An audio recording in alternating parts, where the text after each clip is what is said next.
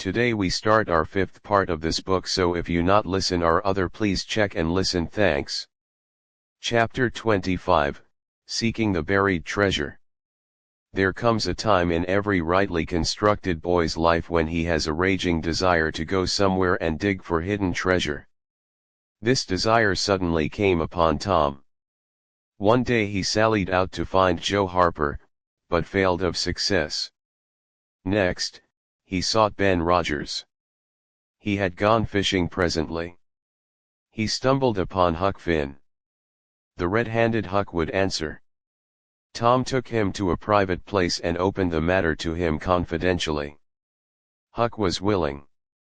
Huck was always willing to take a hand in any enterprise that offered entertainment and required no capital, for he had a troublesome superabundance of that sort of time, which is not money. "Where we dig?" said Huck. "Oh, most anywhere." "Why, is it hid all round?" "No, indeed it ain't. It's hid in mighty particular places. Huck, sometimes on islands, sometimes in rotten chests under the end of a limb of an old dead tree. Just where the shadow falls at midnight.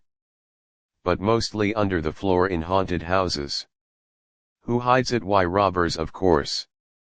Who would you reckon? Sunday school superintendents? I don't know. If it was mine, I wouldn't hide it. I'd spend it and have a good time. Would I? But robbers don't do that way. They always hide it and leave it there.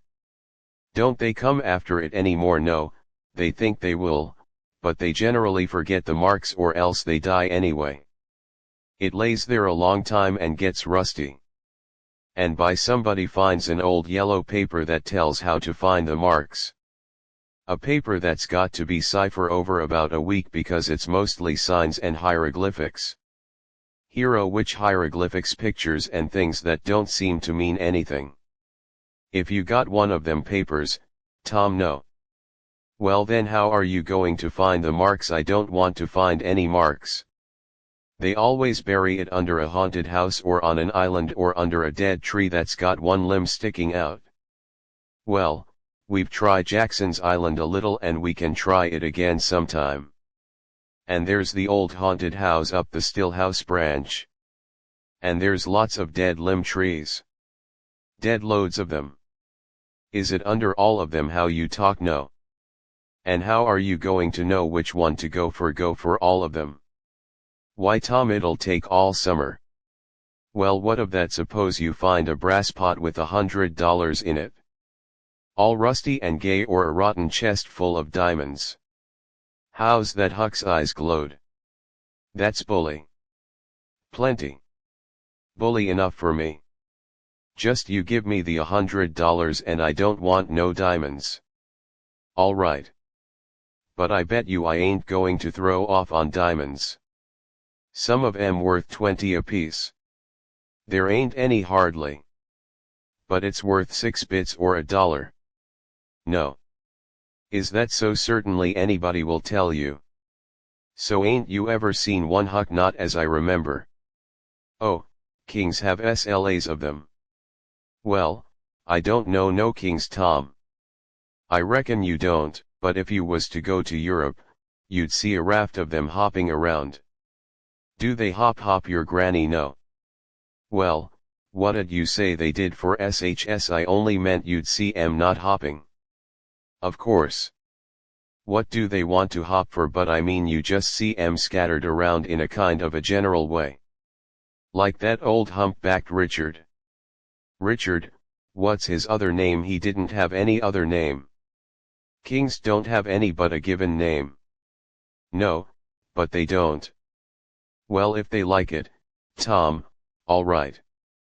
But I don't want to be a king and have only just a given name like a nigger. But say, where are you going to dig first? Well, I don't know. Suppose we tackle that old dead limb tree on the hill to other side, a Stillhouse branch. I'm agreed.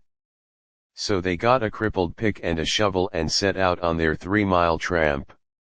They arrived hot and panting and threw themselves down in the shade of a neighboring elm to rest and have a smoke.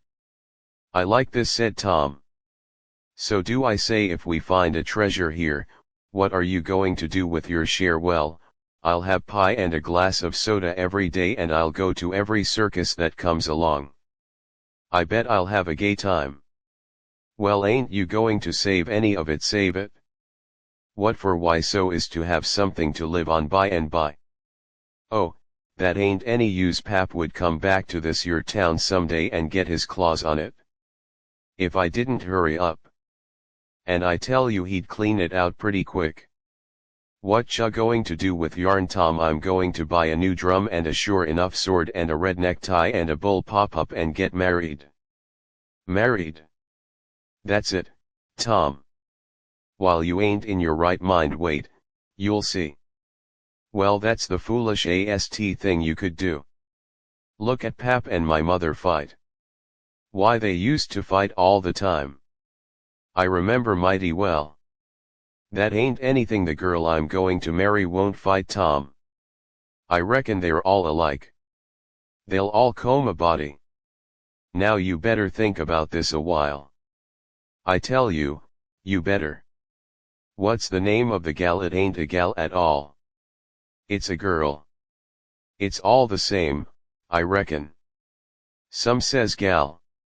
Some says girl. Both's right like enough. Anyway, what's her name, Tom? I'll tell you sometime. Not now. All right, that'll do. Only if you get married I'll be more lonesome than ever. No, you won't. You'll come and live with me now. Stir out of this and we'll go to digging. They worked and sweated for half an hour. No result. They toiled another half hour, still no result. Huck said, "Do they always buried as deep as this?" "Sometimes, not always, not generally. I reckon we haven't got the right place." So they chose a new spot and began again. The labor dragged a little, but still they made progress. They pegged away in silence for some time. Finally, Huck leaned on his shovel, swabbed the beaded drops from his brow with his sleeve and said, "Where are you going to dig next after we get this one?" "I reckon maybe we'll tackle the old tree that's over yonder on Cardiff Hill back of the widow's. I reckon that'll be a good one, but won't the widow take it away from us, Tom? It's on her land." "She take it away? Maybe she'd like to try it once. Whoever finds one of these hid treasures, it belongs to him. It don't make any difference whose land it's on." That was satisfactory. The work went on by and by. Huck said, "Blame it. We must be in the wrong place again. What do you think it is? Mighty curious." "Huck, I don't understand it. Sometimes witches interfere. I reckon maybe that's what's the trouble now." "Shucks, witches ain't got no power in the daytime." "Well, that's so. I didn't think of that. Oh, I know what the matter is. What a blamed lot of fools we are. You got to find out where the shadow of the limb falls at midnight, and that's where you dig. Then cons, sound it?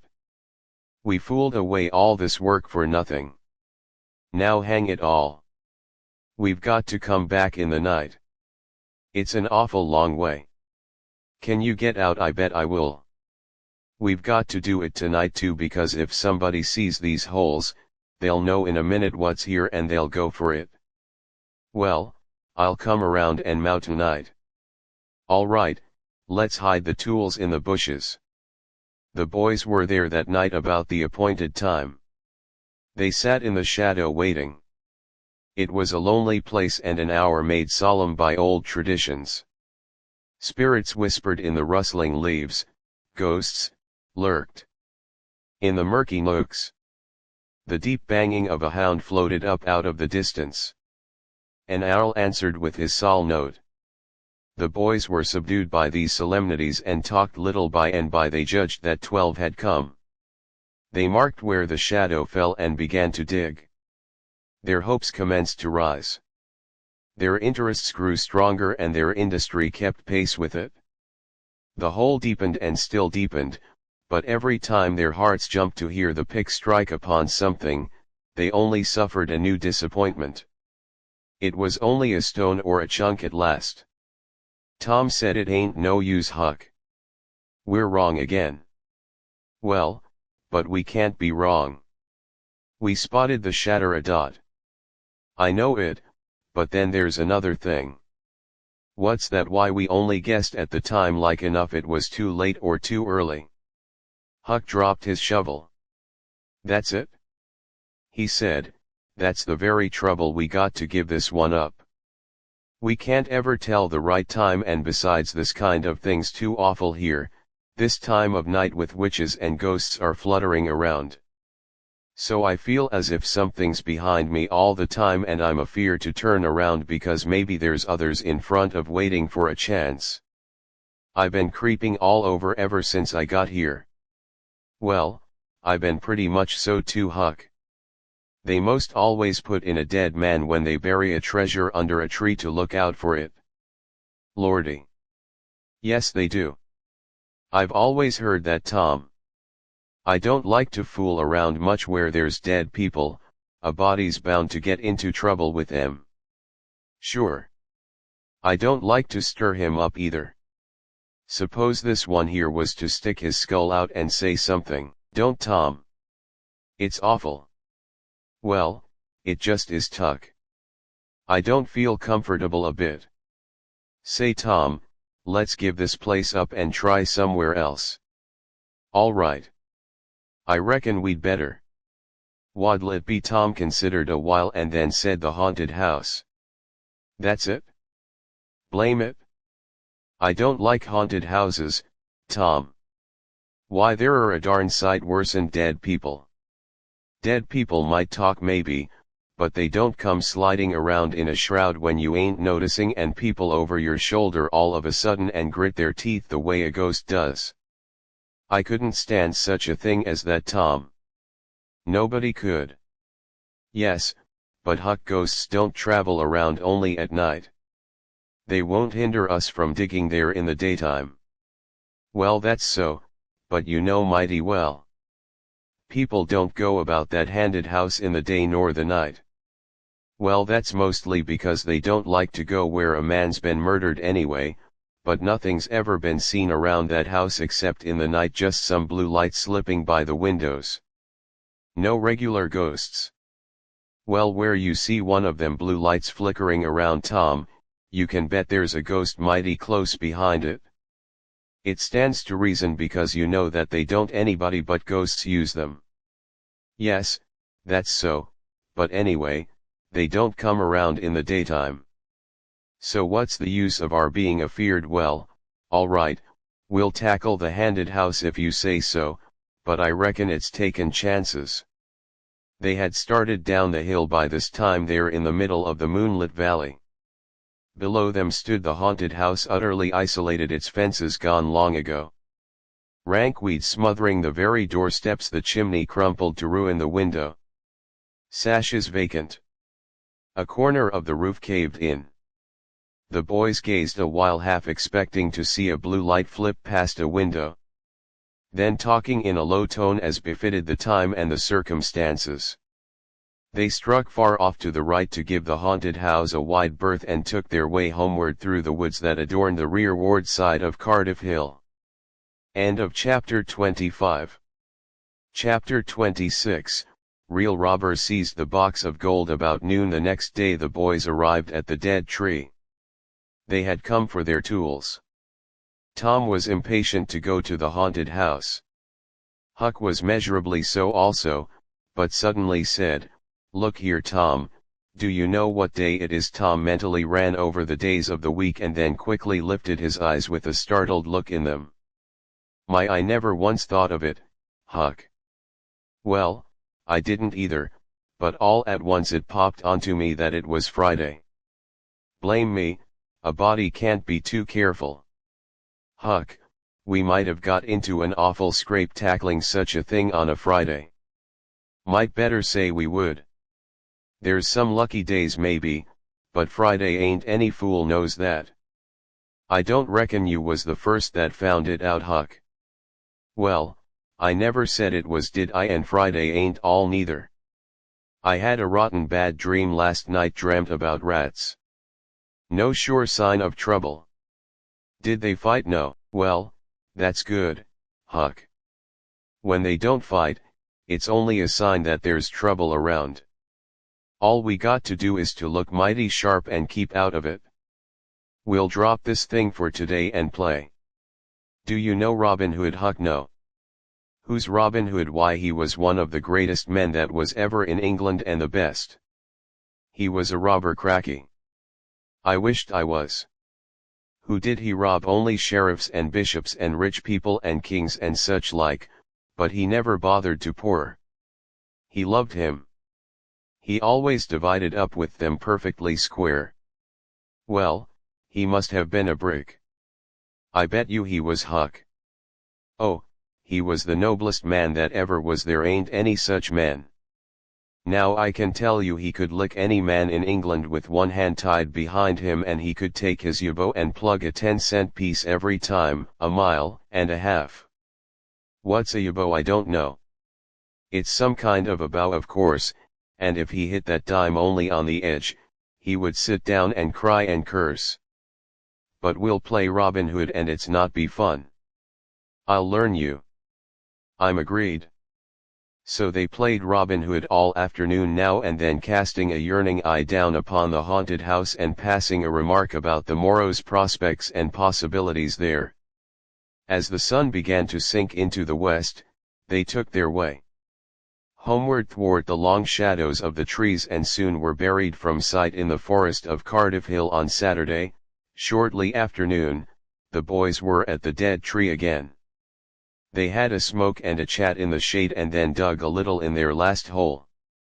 Not with great hope, but merely because Tom said there were so many cases where people had given up a treasure after getting down within 6 inches of it, and then somebody else had come along and turned it up with a single thrust of a shovel.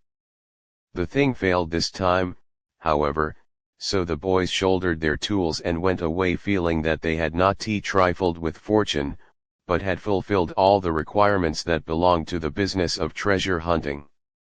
When they reached the haunted house, there was something so weird and grisly about the dead silence that reigned there under the baking sun, and something so depressing about the loneliness and desolation of the place, that they were afraid for a moment to venture in. Then they crept to the door and took a trembling peep. They saw a weed-grown floor, less room unplastered, an ancient fireplace, vacant windows, a ruin, a staircase, and here, there and everywhere hung ragged and abandoned cobwebs.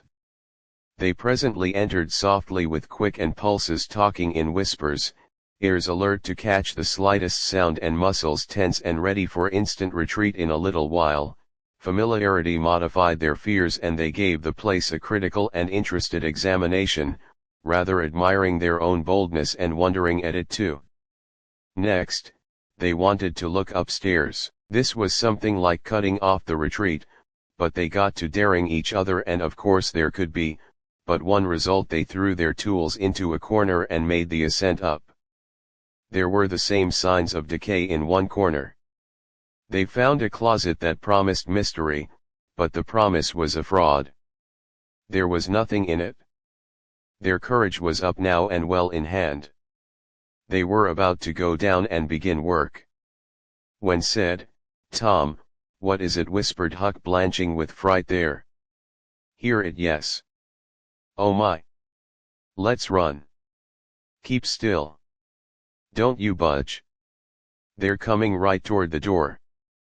The boys stretched themselves upon the floor with their eyes to knotholes in the planking, and lay waiting in a misery of fear. "They've stopped.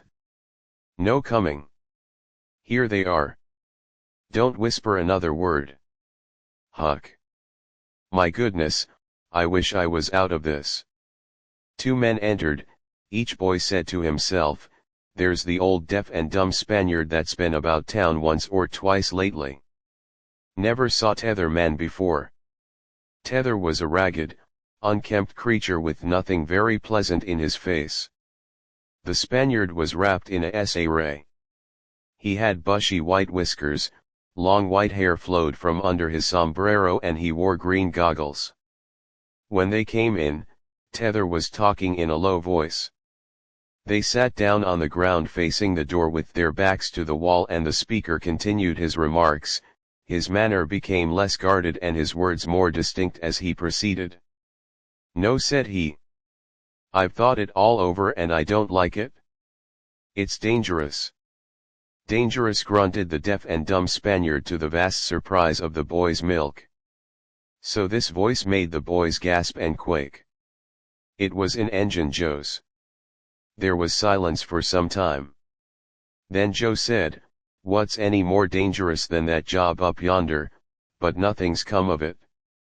That's different way up the river. So, and not another house about won't ever be known that we tried anyway, long as we didn't succeed. Well, what's more dangerous than coming here in the daytime? Anybody would suspicion us that saw us. I know that, but there weren't any other places handy even after that fool of a job. I want to quit this shanty. I wanted to yesterday only. It weren't any use trying to stir out of here with those infernal boys playing over there on the hill, right in full view." Those infernal boys quaked again under the inspiration of this remark and thought how lucky it was that they had remembered it was Friday and concluded to wait a day. They wished in their hearts they had waited a year. The two men got out some food and made a luncheon. After a long and thoughtful silence in Engine, Joe said, "Look here, lad, you go back up the river where you belong. Wait there until you hear from me. I'll take the chances on dropping into this town just once more for a look. We'll do that dangerous job after I've spied around a little and think things look well for it. Then for Texas, we'll leg it together." This was satisfactory. Both men presently fell to yawning, and Engine Joe said, "I'm dead for sleep. It's your turn to watch." He curled down into the weeds and soon began to snore. His comrade stirred him once or twice and he became quiet. Presently the watcher began to nod his head, drooped lower and lower. Both men began to snore. Now the boys drew a long grateful breath. Tom whispered, "Now's our chance. Come."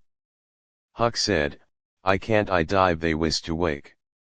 Tom urged. Huck held back at last. Tom rose slowly and softly and started alone. But the first step he made wrung such a hideous creak from the crazy floor that he sank down almost dead with fright. He never made a second attempt. The boys lay there counting the dragging moments till it seemed to them the time must be done, an eternity growing gray. And then they were grateful to note that at last the sun was setting. Now one snore ceased. Injun Joe sat up, stared around, smiled grimly upon his comrade whose head was drooping upon his knees, stirred him up with his foot and said, "Here you are a watchman, ain't you all right though nothing's happened? My, have I been asleep? Oh, partly. Partly. Nearly time for us to be moving part. What do with what little swag we've got left I don't know. Leave it here as we've always done. I reckon no use to take it away until we start south. 650 in silver is something to carry.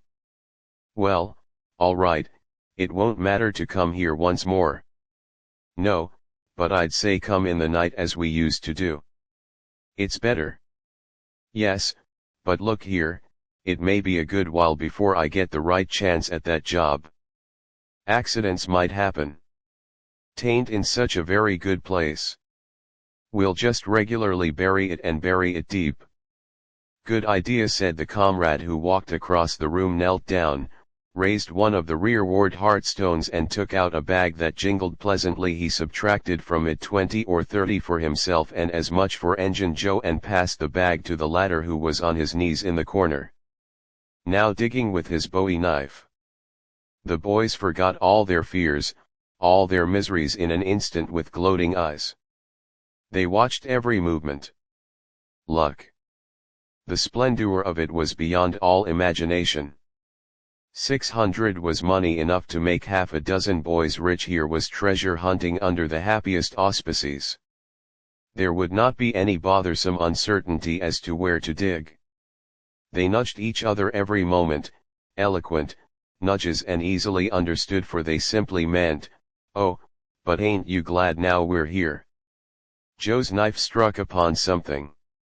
"Hello," he said. "What is it?" said his comrade. "Half-rotten plank." "No. It's a box, I believe." "Here, bear a hand and we'll see what it's here for, and never mind. I've broke a hole." He reached his hand in and drew it out. "Man, it's money." The two men examined the handful of coins. They were gold. The boys above were as excited as themselves and as delighted. Joe's comrades said, "We'll make quick work of this. There's an old rusty pick over amongst the weeds in the corner, the other side of the fireplace. I saw it a minute ago." He ran and brought the boys' pick and shovel in engine. Joe took the pick, looked it over, critically shook his head, muttered something to himself, and then began to use it. The box was soon unearthed. It was not very large. It was iron-bound and had been very strong before the slow years had injured it. The men contemplated the treasure a while in blissful silence. "Pard, there's thousands of dollars here," said Joe, "which was always said that Merle's gang used to be around here." One summer the stranger observed. "I know it," said Engine Joe, "and this looks like it. I should say now you won't need to do that job." The half-breed frowned. Said he, "You don't know me. At least you don't know all about that thing. 'Tain't robbery altogether. It's revenge," and a wicked light flamed in his eyes. "I'll need your help in it. When it's finished, then Texas go home to your and your kids and stand by until you hear from me." "Well, if you say so, what do we do with this? Bury it again?" "Yes." Ravishing delight. "Overhead?" "No. By the great Seu, no profound distress overhead. I'd nearly forgot that pick had fresh earth on it." The boys were sick with terror. In a moment, "What business has a pick and a shovel here? What business with fresh earth on them? Who brought them here and where are they gone? Have you heard anybody, seen anybody? What, buried again and leave them to come and see the ground disturbed?" "Not exactly, not exactly. We'll take it to my den." "Well, of course, might have thought of that before." "You mean number one?" "No. Number two, under the cross. The other place is bad. Too common." "All right, it's nearly dark enough to start." Injun Joe got up and went about from window to window, cautiously peeping out. Presently he said, "Who could have brought those tools here? Do you reckon they can be upstairs?" The boys' breath forsook them. Injun Joe put his hand on his knife, halted a moment, undecided, and then turned toward the stairway. The boys thought of the closet, but their strength was gone. The steps came creaking up the stairs. The intolerable distress of the situation woke the stricken resolution of the lads. They were about to spring for the closet when there was a crash of rotten timbers and Joe landed on the ground-eyed debris of the ruined stairway. He gathered himself up cursing, and his comrades said, "Now what's the use of all that? If it's anybody and they're up there, let 'em stay there. Who cares if they want to jump down now and get into trouble? Who objects? It will be dark in 15 minutes and then let them follow us if they want to. I'm willing. In my opinion, whoever hove those things in here caught a sight of us and took us for ghosts or devils or something. I'll bet they're running." Yet Joe grumbled a while, then he agreed with his friend that what daylight was left ought to be economized in getting things ready for leaving.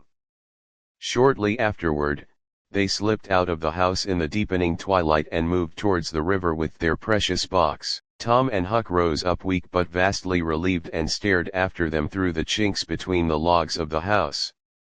Follow not, they were content to reach ground again without broken necks and take the downward track over the hill. They did not talk much.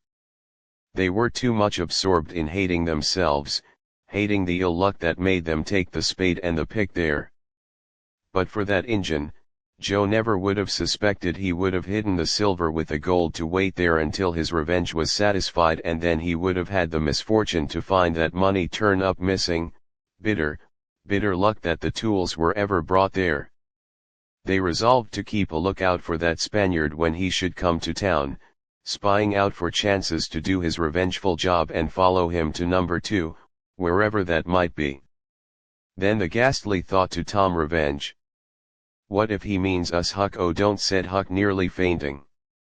They talked it all over, and as they entered town they agreed to believe that he might possibly mean somebody else, at least that he might at least mean nobody but Tom, since only Tom had testified. Very small comfort it was to Tom to be alone in danger. Company would be palpable improvement, he thought. End of chapter 26. Chapter 27. Trembling on the trail. The adventure of the day mightily tormented Tom's dreams that night. 4 times he had his hands on that rich treasure, and 4 times it wasted to nothingness in his fingers as sleep forsook him and wakefulness brought back the hard reality of his misfortune. As he lay in the early morning recalling the incidences of his great adventure, he noticed that they seemed curiously subdued and far away, somewhat as if they had happened in another world or in a time long gone by. Then it occurred to him that the great adventure itself must be a dream. There was one very strong argument in favor of this idea, namely that the quantity of coin he had seen was too vast to be real. He had never seen as much as 50 in one mass before, and he was like all boys of his age and stationed in life in that he imagined that all references to hundreds and thousands were mere fanciful forms of speech, and that no such sums really existed in the world. He never had supposed for a moment that so large a sum as $100 was to be found in actual money in anyone's possession. If his notions of hidden treasure had been analyzed, they would have been found to consist of a handful of real dimes and a bushel of vague, splendid, ungraspable dollars. But the incidents of his adventure grew sensibly sharper and clearer under the attrition of thinking them over. And so he presently found himself leaning to the impression that the thing might not have been a dream. After all, this uncertainty must be swept away. He would snatch a hurried breakfast and go and find Huck. Huck was sitting on the gunwale of a flatboat, listlessly dangling his feet in the water and looking very melancholy. Tom concluded to let Huck lead up to the subject. If he did not do it, then the adventure would be proved to have been only a dream. "Hello, Huck." "Hello yourself." Silence for a minute. "Tom, if we'd have left the blame tools at the dead tree, we'd have got the money." "Oh, ain't it awful?" "'Tain't a dream then, 'tain't a dream. Somehow I most wish it was dogged if I don't, Huck. What ain't a dream?" "Oh, that thing yesterday. I been half thinking it was dream. If them stairs hadn't broke down, you'd have seen how much dream it was. I've had dreams enough all night with that Pache Spanish devil going for me all through him." "Rot him." "No, not rot him. Find him. Track the money, Tom." "We'll never find him. A fellow don't have only one chance for such a pile, and that one's lost. I'd feel mighty shaky if I was to see him anyway." "Well, but I'd like to see him anyway." "Track him out to his number 2. "Number 2, yes, that's it." "I been thinking about that, but I can't make nothing out of it." "What do you reckon it is?" "I don't know. It's too deep." "Say, Huck, maybe it's the number of a house goodie." "No, Tom, that ain't it. If it is, it ain't in this one-horse town. There ain't no numbers here." "Well, that's so. Let me think a minute here. It's the number of a room in a tavern." "Oh, that's the trick. They ain't only 2 taverns. We can find out quick. You stay here, Huck, till I come." Tom was off at once. He did not care to have Huck's company in public places. He was gone half an hour. He found that in the best tavern, number 2 had long been occupied by a young lawyer and was still so occupied in the less ostentatious house. Number 2 was a mystery. The tavern keeper's young son said it was kept locked all the time and he never saw anybody go into it or come out of it except at night. He did not know any particular reason for the state of things, had some little curiosity, but it was rather feeble, had made the most of the mystery by entertaining himself with the idea that the room was haunted, had noticed that there was a light in there the night before. That's what I found out. I reckon that's the very number 2 we're after. I reckon it is, Tom. Now what are you going to do? Let me think. Tom thought a long time, then he said, I'll tell you. The back door of that number 2 is the door that comes out into the little close alley between the tavern and the old rattle trap of a brick store. Now you get hold of all the door keys you can find and I'll nip all of Auntie's, and the first dark night we'll go there and try 'em. And mind you keep a lookout for Engine Joe, because he said he was going to drop into town and spy around once more for a chance to get his revenge.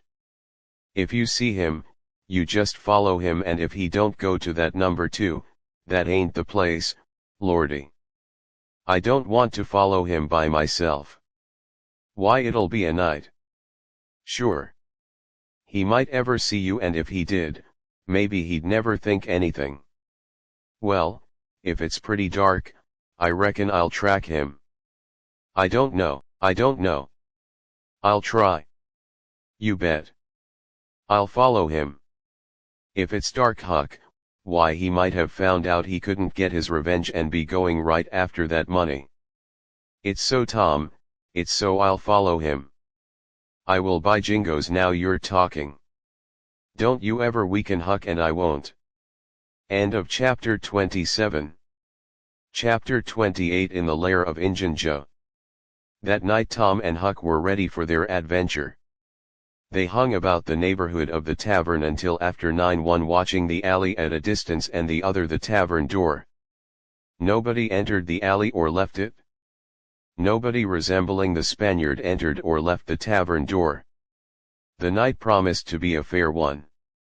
So Tom went home with the understanding that if a considerable degree of darkness came on, Huck was to come and ammo, whereupon he would slip out and try the keys.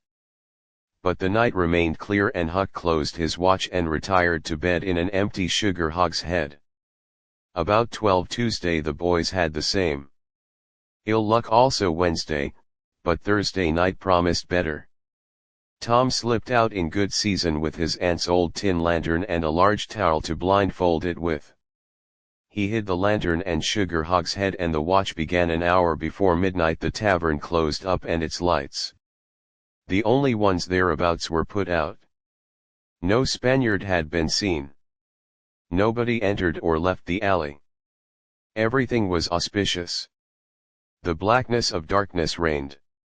The perfect stillness was interrupted only by occasional mutterings of distant thunder.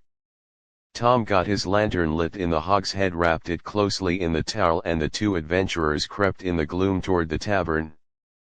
Huck stood sentry and Tom felt his way into the alley. Then there was a season of waiting anxiety that weighed upon Huck's spirits like a mountain. He began to wish he could see a flash from the lantern. It would frighten him, but it would at least tell him that Tom was alive. Yet it seemed hours since Tom had disappeared. Surely he must have fainted. Maybe he was dead. Maybe his heart had burst under terror and excitement in his uneasiness. Huck found himself drawing closer and closer to the alley, fearing all sorts of dreadful things and momentarily expecting some catastrophe to happen that would take away his breath. There was not much to take away, for he seemed only able to inhale it by thimble. Foss, and his heart would soon wear itself out the way it was beating. Suddenly there was a flash of light and Tom came tearing by him. "Run," said he, "run for your life." He needn't have repeated it. Once was enough. Huck was making 30 or 40 miles an hour before the repetition was uttered. The boys never stopped until they reached the shed of a deserted slaughterhouse at the lower end of the village. Just as they got within its shelter, the storm burst and the rain poured down.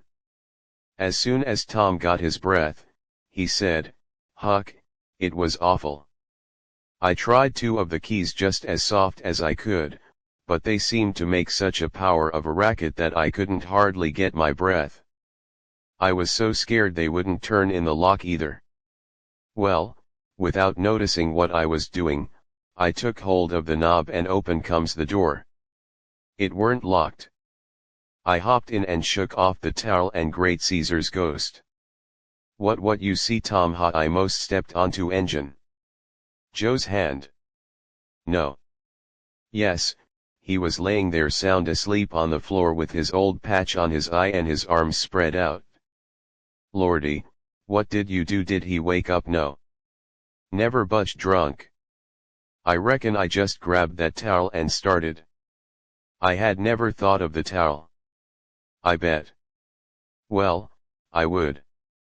My aunt would make me mighty sick if I lost it. Say, Tom, did you see that box? Heck, I didn't wait to look around. I didn't see the box. I didn't see the cross. I didn't see anything but a bottle and a tin cup on the floor by Engine Joe. Yes, and I saw 2 barrels and lots more bottles in the room. Don't you see now what's the matter with that haunted room? Why, it's haunted with whiskey. Maybe all the temperance taverns have got a haunted room. Hey Huck. Well, I reckon maybe that's so. Who would have thought such a thing? But say, Tom. Now's a mighty good time to get that box. If Engine Joe's drunk, it is that you try it. Huck shuddered. Well, no, I reckon not. And I reckon not, Huck. Only 1 bottle alongside of Engine Joe ain't enough. If there'd been 3, he'd be drunk enough and I'd do it. There was a long pause for reflection and then Tom said, looky here, Huck. Let's not try that thing anymore until we know Engine Joe's not in there. It's too scary. Now if we watch every night, we'll be dead sure to see him go out sometime or other and then we'll snatch that box quicker in lightning. Well, I'm agreed. I'll watch the whole night long and I'll do it every night too if you'll do the other part of the job. All right, I will. All you got to do is to trot up Hooper Street, a block, and mow, and if I'm asleep, you throw some gravel at the window and that'll fetch me. Agreed and good as wheat. Now, heck, the storm's over and I'll go home. It'll begin to be daylight in a couple hours. You go back and watch that long, will you? I said I would. Tom, and I will. I'll hunt that tavern every night for a year. I'll sleep all day and I'll stand watch all night. That's all right. Now where are you going to sleep? And Ben Rogers loft, he lets me and so does his paps.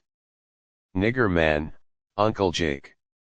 I tote water for Uncle Jake whenever he wants me to, and anytime I ask him, he gives me a little something to eat. If he can spare it, that's a mighty good nigger, Tom. He likes me because I don't ever act as if I was above him. Sometimes I set right down and eat with him, but you didn't tell that a body's got to do things when he is awful hungry. He wouldn't want to do as a steady thing. Well, if I don't want you in the daytime, I'll let you sleep. I won't come bothering round. Anytime you see something's up in the night, just skip right around and mow. End of chapter 28. Chapter 29, Huck saves the widow. The first thing Tom heard on Friday morning was a glad piece of news.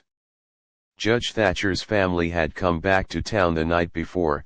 Both in Joe and the treasurer sank into secondary importance for a moment, and Becky took the chief place in the boy's interest. He saw her and they had an exhausting good time playing high spy and gully keeper with a crowd of their schoolmates. The day was completed and crowned in a peculiarly satisfactory way. Becky teased her mother to appoint the next day for the long-promised and long-delayed picnic, and she consented. The child's delight was boundless and Tom's not more moderate. The invitations were sent out before sunset and straight away. The young folks of the village were thrown into a fever of preparation and pleasurable anticipation. Tom's excitement enabled him to keep awake until a pretty late hour, and he had good hopes of hearing Huck's meow and of having his treasure to astonish Becky and the picnicker with next day, but he was disappointed. No signal came that night. Morning came eventually, and by 10 or 11 o'clock a giddy and rollicking company were gathered at Judge Thatcher's, and everything was ready for a start.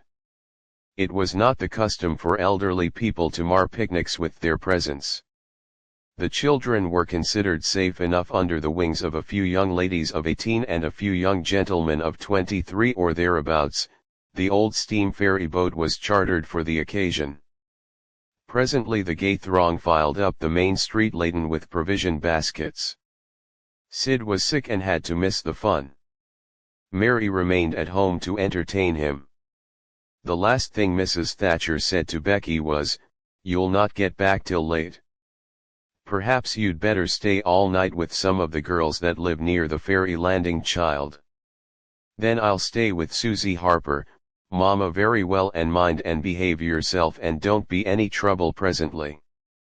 As they tripped along, Tom said to Becky, "Say, I'll tell you what we'll do. Instead of going to Joe Harper's, we'll climb right up the hill and stop at the Widow Douglas.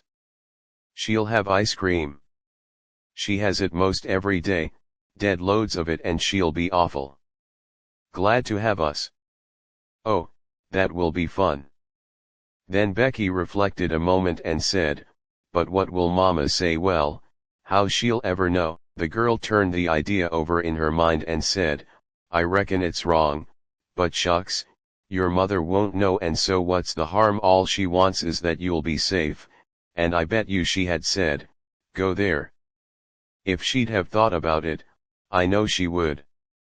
The Widow Douglas's splendid hospitality was a tempting bait if, and Tom's persuasions presently carried the day, so it was decided to say nothing to anybody about the night's program. Presently, it occurred to Tom that maybe Huck might come in this very night and give the signal. The thought took a deal of the spirit out of his anticipation.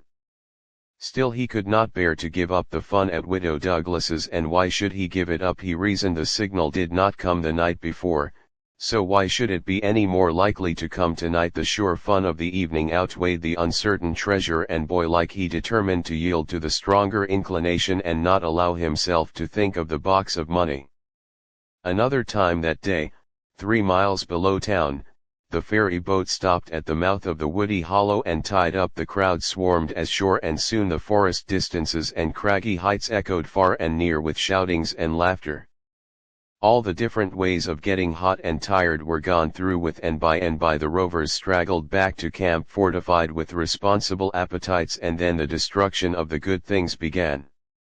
After the feast, there was a refreshing season of rest and chat in the shade of spreading oaks. By and by somebody shouted, "Who's ready for the cave?"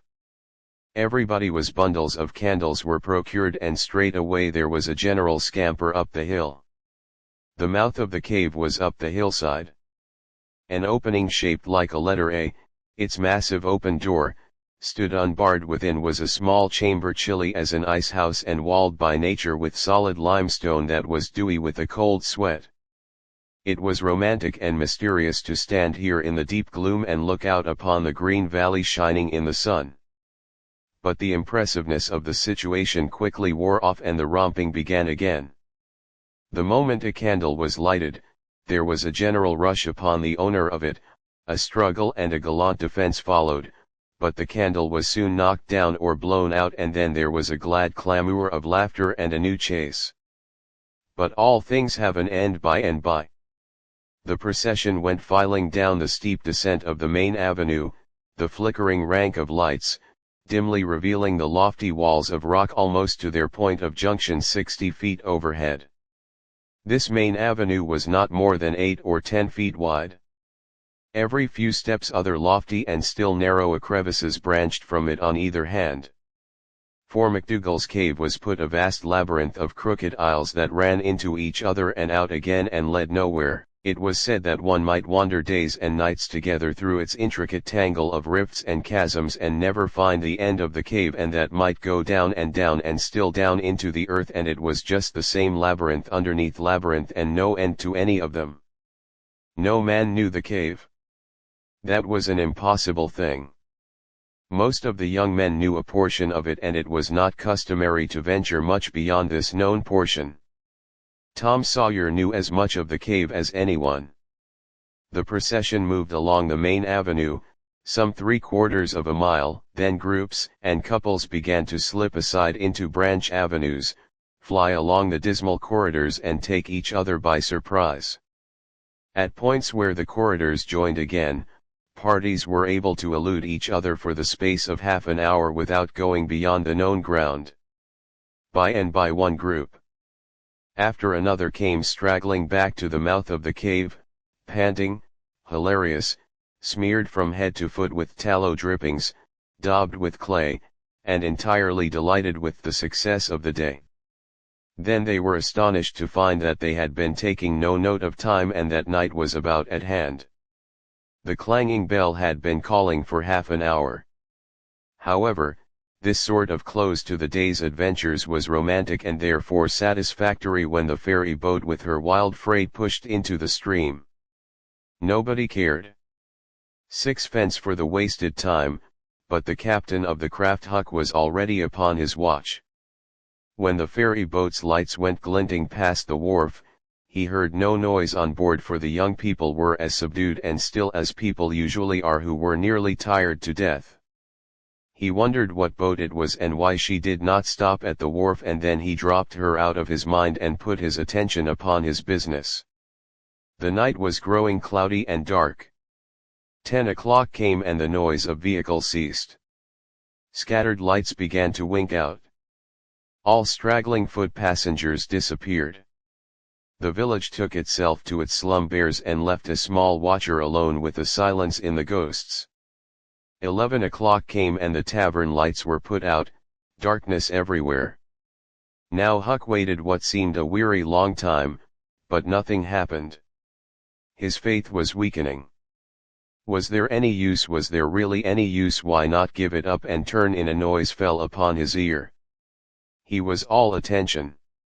In an instant, the alley door closed softly. He sprang to the corner of the brick store. The next moment, 2 men brushed by him and one seemed to have something under his arm. It must be that box. So they were going to remove the treasurer. Why call Tom now? It would be absurd. The men would get away with the box and never be found again. No, he would stick to their wake and follow them. He would trust to the darkness for security from discovery. So communing with himself, Huck stepped out and glided along behind the men cat-like with bare feet, allowing them to keep just far enough ahead not to be invisible. They moved up the river street 3 blocks, then turned to the left up across street. They went straight ahead then until they came to the path that led up Cardiff Hill. This they took. They passed by the old Welshman's house halfway up the hill without hesitating and still climbed upward. Good thought. Huck. They will bury it in the old quarry, but they never stopped at the quarry. They passed on up the summit. They plunged into the narrow path between the tall sumac bushes, and where it once hidden in the gloom, Huck closed up and shortened his distance now, for they would never be able to see him. He trotted along a while, then slackened his pace, fearing he was gaining too fast, moved on a piece, then stopped altogether, listened. No sound, none save that he seemed to hear the beating of his own heart. The hooting of an owl came from over the hill. Ominous sound, but no footsteps. Heavens, was everything lost? He was about to spring with winged feet when a man cleared his throat, not 4 feet from him. Huck's heart shot into his throat, but he swallowed it again, and then he stood there shaking as if a dozen agues had taken charge of him at once, and so weak that he thought he must surely fall to the ground. He knew where he was. He knew he was within 5 steps of the stile leading into Widow Douglas's grounds very well. He thought, let them bury it there. It won't be hard to find. Now there was a voice, a very low voice. Engine. Joe's, damn her. Maybe she's got company, there's lights late as it is. I can't see any. This was that stranger's voice, the stranger of the haunted house. A deadly chill went to Huck's heart. This then was the revenge job. His thought was to fly. Then he remembered that the widow Douglas had been kind to him more than once, and maybe these men were going to murder her. He wished he dared venture to warn her, but he knew he didn't dare. They might come and catch him. He thought all of this and more in the moment that lapsed between the stranger's remark and Engine Joe's next, which was because the bush is in your way now this way. Now you see, don't you? Yes. Well, there is company there, I reckon better. Give it up, and I just leaving this country forever. Give it up and maybe never have another chance. I tell you again, as I've told you before, I don't care for her swag. You may have it, but her husband was rough on me many times. He was rough on me, and mainly he was the justice of the peace that jugged me for a vagrant, and that ain't all. It ain't a millionth part of it. He had me horsewhipped in front of the jail like a nigger, with all the town looking on, horsewhipped. Do you understand? He took advantage of me and died, but I'll take it out of her. Oh, don't kill her. Don't do that. Kill. Who said anything about killing? I would kill him if he were here, but not her. When you want to get revenge on a woman, you don't kill her, boss. You go for her looks. You slit her nostrils. You notch your ears like a sow, by God. That's keep your opinion to yourself. It'll be safest for you. I'll tie her to the bed if she bleeds to death. Is that my fault? I'll not cry if she does, my friend. You'll help in this thing for my sake. That's why you're here. I mightn't be able alone. If you flinch, I'll kill you. Do you understand that? And if I have to kill you, I'll kill her. And then I reckon nobody will ever know much about who done this business. Well, if it's got to be done, let's get at it. The quicker the better. I'm all in a shiver. Do it now, and company there. Look here, I'll get suspicious of you first thing you know. No, we'll wait till the lights are out. There's no hurry. Huck felt that a silence was going to ensue, a thing still more awful than any amount of murderous talk. So he held his breath and stepped gingerly back, planted his foot carefully and firmly after balancing one-legged in a precarious way and almost toppling over, first on one side and then on the other. He took another step back with the same elaboration and the same risks, then another, and a twig snapped under his foot. His breath stopped and he listened. There was no sound.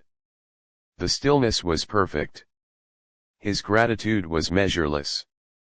Now he turned in his tracks between the walls of sumac bushes, turned himself as carefully as if he were a ship, and then stepped quickly, but cautiously along. When he emerged at the quarry, he felt secure, and so he picked up his nimble heels and flew down. He sped till he reached the Welshman's. He banged at the door. And presently, the heads of the old man and his two stalwart sons were thrust from windows. What's the row there? Who's banging? What do you want? Let me in quick. I'll tell everything. Why, who are you? Huckleberry Finn. Quick, let me in. Huckleberry Finn indeed. It ain't a name to open many doors, I judge. But let him in, lads, and let's see what's the trouble. Please don't ever tell. I told you, were Huck's first words when he got in. Please don't, I'd be killed. Sure, but the widow's been good friends to me sometimes, and I want to tell. I will tell. If you'll promise, you won't ever say it was me, by George. He has got something to tell or he wouldn't act. So, exclaimed the old man, out with it, and nobody here will ever tell, lad. 3 minutes later, the old man and his sons, well armed, were up the hill and just entering the sumac path on tiptoe, their weapons in their hands. Huck accompanied them no farther. He hid behind a great boulder and felt listening. There was a lagging, anxious silence, and then all of a sudden there was an explosion of firearms and a cry. Huck waited for no particulars. He sprang away and sped down the hill as fast his legs could carry him. End of chapter 29. Chapter 30, Tom and Becky in the cave. As the earliest suspicion of dawn appeared on Sunday morning, Huck came groping up the hill and rapped gently at the old Welshman's door. The inmates were asleep, but it was a sleep that was set on a hair trigger. On account of the exciting episode of the night, a call came from a window. "Who's there?" Huck's scared voice answered in a low tone. "Please let me in." "It's only Huck Finn." "It's a name that can open this door, night or day." "Lad, and welcome." These were strange words to the vagabond boy's ears, and the pleasant he had ever heard. He could not recollect that the closing word had ever been applied in his case before. The door was quickly unlocked and he entered. Huck was given a seat, and the old man and his brace of tall sons speedily dressed themselves. "Now my boy, I hope you're good and hungry, because breakfast will be ready as soon as the sun's up, and we'll have a piping hot one too. Make yourself easy about that. I and the boys hoped you'd turn up and stop here last night." "I was awful scared," said Huck, "and I run. I took out when the pistols went off, and I didn't stop for 3 miles. I've come now because I wanted to know about it, and I come before daylight because I didn't want to run across them devils even if they was dead." "Well, poor chap, you do look as if you'd had a hard night of it, but there's a bed here for you when you've had your breakfast." "No, they ain't dead, lad. We were sorry enough for that. You see, we knew right word to put our hands on them by your description. So we crept along on tiptoe till we got within 15 feet of them, dark as a cellar. That sumac path was, and just then I found I was going to sneeze. It was the meanest kind of luck. It tried to keep it back, but no use. It was bound to come, and it did come. I was in the lead with my pistol raised, and when the sneeze started, those scoundrels are rustling to get out of the path. I out fire, boys, and blazed away at the place where the rustling was. So did the boys, but they were off in a jiffy, those villains, and we after them down through the woods. All right, Judge, we never touched them. They fired a shot apiece as they started, but their bullets whizzed by and didn't do us any harm. As soon as we lost the sound of their feet, we quit chasing and went down and stirred up the constables. They got a posse together and went off to guard the riverbank, and as soon as it is light, the sheriff and a gang are going to beat up the woods. My boys will be with them presently. I wish we had some sort of description of those rascals to help a good deal, but you couldn't. What they were like in the dark, lad, I suppose?" "Oh yes. I saw them downtown and followed them." "Splendid. Describe them." "My boy, one is the old deaf and dumb Spaniard that's been round here once or twice, and t'other's a mean-looking ragged." "That's enough, lad. We know the men happened on them in the woods back of the widow's one day, and they slunk away off with your boys. And tell the sheriff, get your breakfast tomorrow morning." The Welshman's sons departed at once. As they were leaving the room, Huck sprang up and exclaimed, "Oh, please don't tell anybody. It was me that blown on them." "Oh, please." "All right if you say it, Huck, but you ought to have the credit of what you did." "Oh, no, no. Please don't tell." When the young men were gone, the old Welshman said, "They won't tell and I won't, but why don't you want it known?" Huck would not explain further than to say that he already knew too much about one of those men and would not have the man know that he knew anything against him for the whole world. He would be killed for knowing it. "Sure." The old man promised secrecy once more and said, "How did you come to follow these fellows, lad? Were they looking suspicious?" Huck was silent while he framed a duly cautious reply. And then he said, "Well, you see, I'm a kind of a hard lot. At least everybody says so, and I don't see nothing again it, and sometimes I can't sleep much on accounts of thinking about it and sort of trying to strike out a new way of doing that was the way it was last night. I couldn't sleep. And so I come along up street about midnight at turning it all over, and when I got to that old shackly brick store by the Temperance Tavern, I backed up again the wall to have another think. Well, just then along comes these two chaps slipping along close by me with something under their arm, and I reckon they'd stole it. One was a smoking and tether. One wanted a light, so they stopped right before me and the cigars lit up their faces, and I see that the big one was the deaf and dumb Spaniard by his white and whiskers and the patch on his eye and tether. One was a rusty ragged-looking devil. Could you see the rags by the light of the cigars? This staggered Huck for a moment. Then he said, "Well, I don't know, but somehow it seems as if I did." Then they went on. "And you follow them?" "Yes, that was it. I wanted to see what was up. They sneaked along, so I dogged them to the widow's stile and stood in the dark and heard the ragged one beg for the widow and the Spaniard swear he'd spiral her looks. Just as I told you in year 2 what the deaf and dumb man said, all that Huck had made another terrible mistake. He was trying his best to keep the old man from getting the faintest hint of who the Spaniard might be, and yet his tongue seemed determined to get him into trouble in spite of all he could do. He made several efforts to creep out of his scrape, but the old man's eye was upon him and he made blunder after blunder. Presently, the Welshman said, "My boy, don't be afraid of me. I wouldn't hurt a hair of your head for all the world. No, I'd protect you. I'd protect you. This Spaniard is not deaf and dumb. You've let that slip without intending it. You can't cover that up.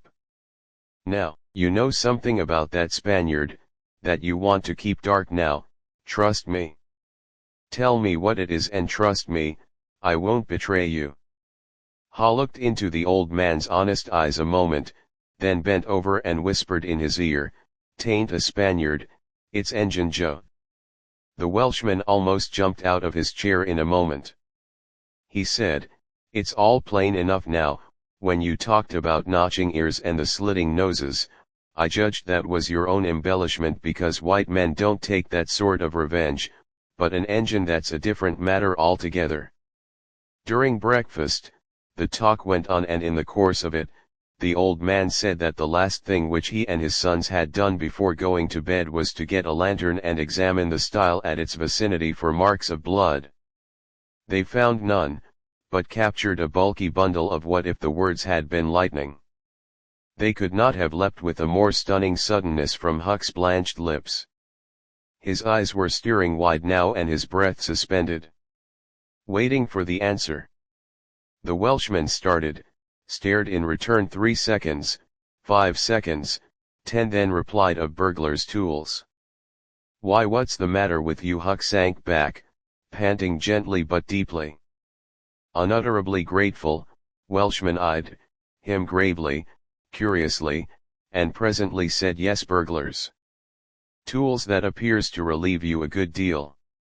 But what did give you that turn? What were you expecting we'd found?" Huck was in a close place. The inquiring eye was upon him. He would have given anything for material for a plausible answer. Nothing suggested itself. The inquiring eye was boring, deeper and deeper. A senseless reply offered. There was no time to weigh it, so at adventure he uttered it.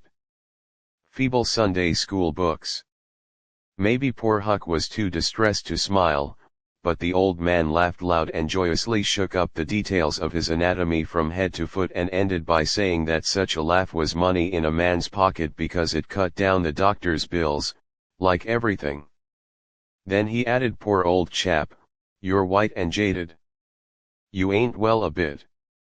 No wonder you're a little flighty and off your balance, but you'll come out of it. Rest and sleep will catch you up. All right." I hope Huck was irritated to think he had been such a goose and betrayed such a suspicious excitement, for he had dropped the idea that the parcel brought from the tavern was the treasure.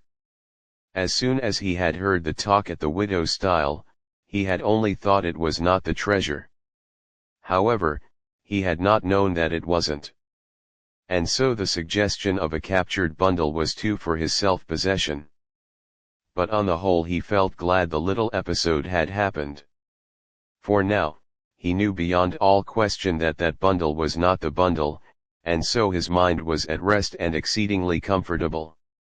In fact, everything seemed to be drifting just in the right direction. Now the treasurer must be still in number 2, the men would be captured in jail that day, and he and Tom could seize the gold that night without any trouble or any fear of interruption. Just as breakfast was completed, there was a knock at the door. Huck jumped for hiding place, for he had no mind to be connected, even remotely, with a late event.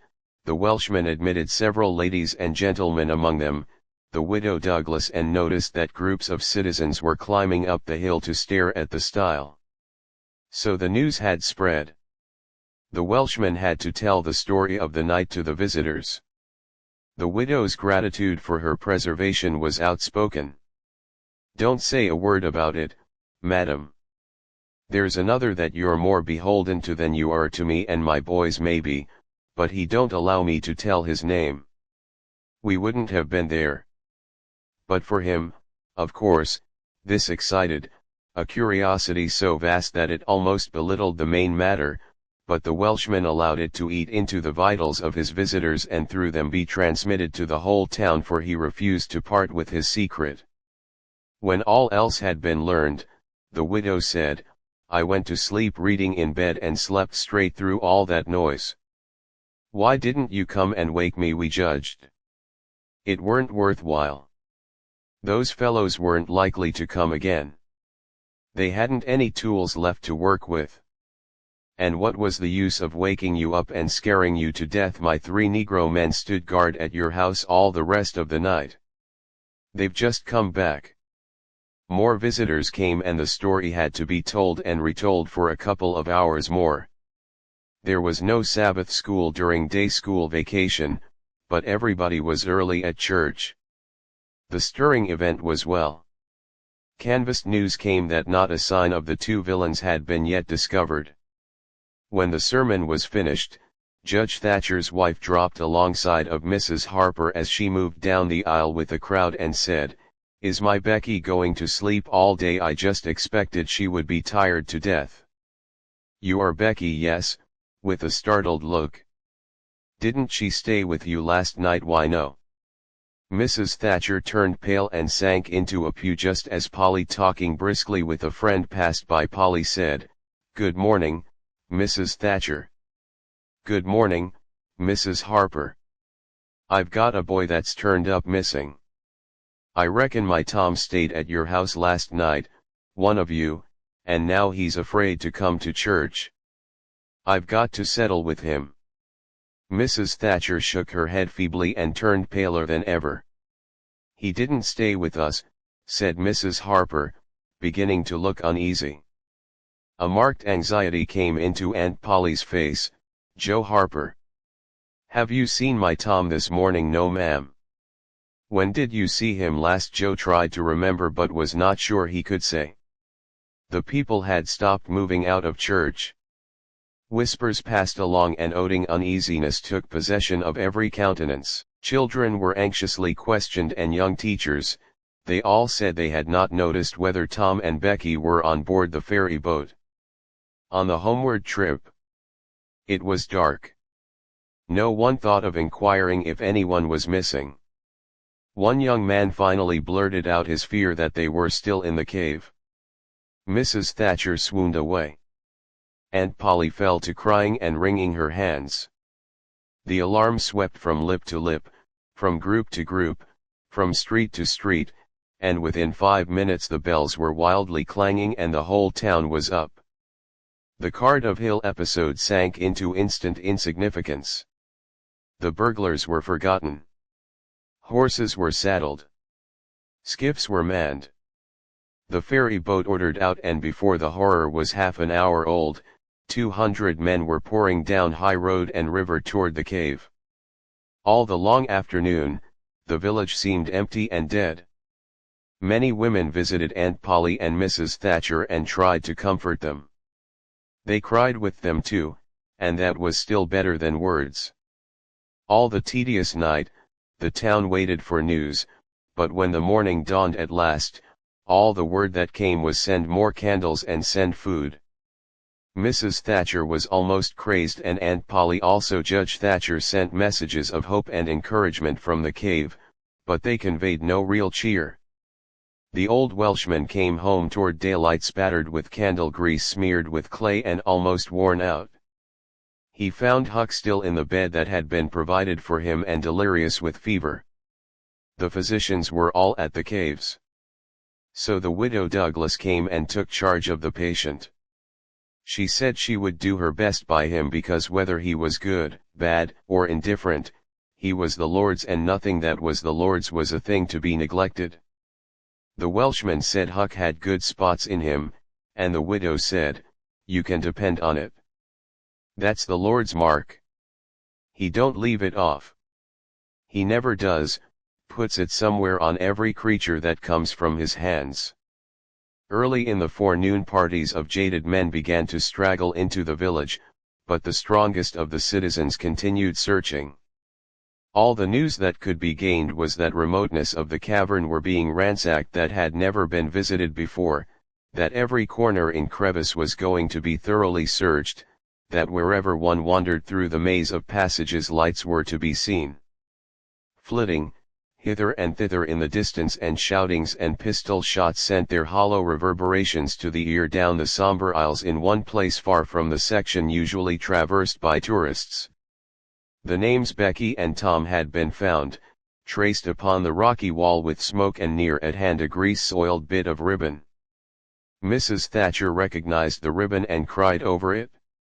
She said it was the last relic she would ever have of her child, and that no other memorial of her could ever be so precious, because this one parted latest from the living body before the awful death came. Some said that now and then in the cave, a far-away speck of light would glimmer, and then a glorious shout would burst forth and a score of men go trooping down the echoing aisle.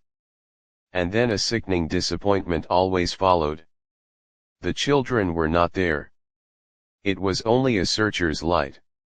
3 dreadful days and nights dragged their tedious hours along, and the village sank into a hopeless stupor. No one had heart for anything. The accidental discovery just made that the proprietor of the Temperance Tavern kept liquor on his premises, scarcely fluttered the public pulse, tremendous as the fact was. In a lucid interval, Huck Feeble led up to the subject of taverns and finally asked dimly, dreading the worst if anything had been discovered at the Temperance Tavern since he had been ill. "Yes," said the widow. Huck started up in bed. "What was it? Liquor, and the place has been shut up." "Lie down, child. What a turn you did give me. Only tell me just one thing only. Just one, please. Was it Tom Sawyer that found it?" The widow burst into tears. "Hush, hush, child, hush. I've told you before, you must not talk. You are very, very sick. The nothing but liquor had been found. There would have been a great powwow if it had been the gold. So the treasure was gone forever. Gone forever. But what could she be crying about? Curious that she should cry." These thoughts worked their dim way through Huck's mind, and under the weariness they gave him, he fell asleep. The widow said to herself, "There he's asleep. Poor wreck. Tom Sawyer. Find it pity, but somebody could find Tom Sawyer. There ain't many left now. Let's got hope. Enough, or strength enough either, to go on searching." End of chapter 30. Please like, share and subscribe my channel. Thanks.